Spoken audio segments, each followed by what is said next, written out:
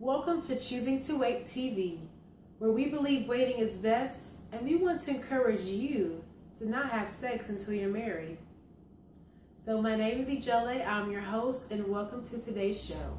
So today I'm going to be talking about 5 reasons, 5 ways that having premarital sex can affect your brain. So let's get started. When I can't see my way, Father, I need. Reason number 1. Studies have shown that teenagers and young people who have sex are more likely to be depressed than their virgin friends. Girls are 3 times more likely to be depressed than their virgin friends, and guys, or young men, boys are 7 times more likely to be depressed after having sex than their virgin friends. Wow, that's serious. Young men and women who also have sex before they're married are more likely to commit suicide. Again, teen girls are 3 times more likely to commit suicide, and young boys are 7 times more likely to commit suicide. Reason number 2. As you all probably have heard me talk about in previous videos, when you have sex with someone, you're giving them your whole self, your whole person, and it's impossible to have sex with someone without giving your spirit, your body, and your mind. So every person you have sex with, you leave a little piece of yourself with them. And it's also proven scientifically that when you have sex with someone, as a woman, you release oxytocin chemicals. As a man, you release vasopressin chemicals, and you create a chemical bond with that person. And so you have a bond with every person you have sex with, and you create a spiritual tie with them, a soul tie with them, not only spiritually but physically. So that's another way how having premarital sex can affect your brain. That's why after having sex is so hard, many individuals experience a longing for the other person. And it's so hard to break off from the other person because you created a connection that's deeper than what you think it is or what you may know it to be. It's psychological, it's spiritual, it's physical, and it's now science has proven that there is a bond that happens when you do have sex with an individual. So that's reason number 2. Reason number 3. When an individual jumps from one person to another as far as having sex, it makes it harder for them to have a monogamous relationship or a long-term relationship. It makes it harder for them to have a successful marriage. And those individuals who do engage in a lot of sexual partners are at risk for divorce. They have a higher percentage of divorce than those who have not. So there are a lot of things that happen, with having sex before you're married. But what happens is when you have sex with multiple partners, it becomes a lifestyle. So your brain and your mind adopt that as normal. And so if you ever want to settle down with just one person and get married, it makes it harder to have that long-term, deep relationship because you're used to jumping from one person to another. And I've heard this example before. It's just like when you have, let's say you have a new piece of tape and you put the tape on the ground, right? It sticks well, you don't have any issues.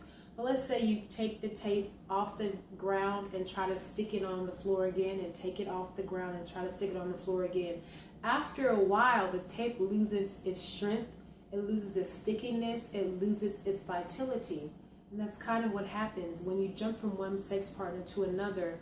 You're losing the ability to really be able to stick close, to have that long-term monogamous relationship, to develop that deep intellectual marriage that a lot of us desire. So it's advisable that you just wait.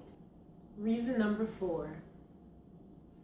So once you have sex with someone, it makes it easier to continue that pattern, that lifestyle, because that is what you impressed upon in your brain. So it's easier to have it again and again and again and again. And a lot of people say once you open that door, it's hard to close it.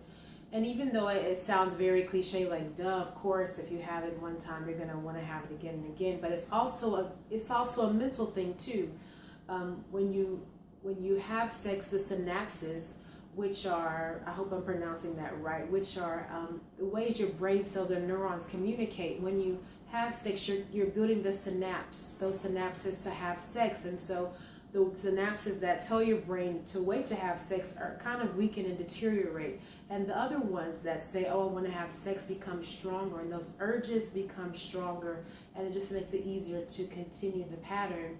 And once you're into the pattern, it makes it hard to stop. So that's why a lot of people that I've talked to always suggest just hold on, and then just wait until marriage. And even though it's not always easy, there's so many things that you just keep yourself from if you just practice abstinence and celibacy. Reason number 5. So having sex in a relationship, especially when you're not married, can kind of thwart your decision making about a person. It may be harder to assess a person because you, as I've said before, you've created that chemical bond and that longing for the person. So for example, there may be verbal abuse in the relationship or physical abuse, but it makes it harder to leave that relationship because of the bond that was created, the intimacy that was created. And that intimacy was only supposed to be in marriage to bring the husband and wife together. But when you do it outside of marriage, it also creates that bond too. However, sometimes it can kind of thwart the way you reason about someone or maybe assess someone. Maybe there are a lot of red flags in that relationship, but it makes it, when you have sex with them, it makes it so hard to leave. And it's harder to leave and harder to just throw away the relationship or, walk out of the relationship. So be careful about that. Opening that door of intimacy can really keep you from being able to assess who the person really is. And it'll be a sad thing if you're in a relationship and your whole relationship is just built on sex and not, other things that make a relationship well-rounded.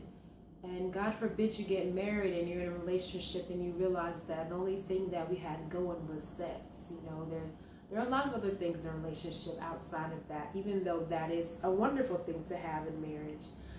That's it for today's show. I just wanted to talk about the 5 ways having premarital sex can affect your brain. And this is all scientifically proven to be true. I'll put the book that I'm reading in the description box below so you all can read it too and have a look. I found the book so interesting. I love the book. So thank you all for tuning in. Thank you all for watching another episode of Choosing to Wait. I hope you guys have a wonderful day. Bye-bye.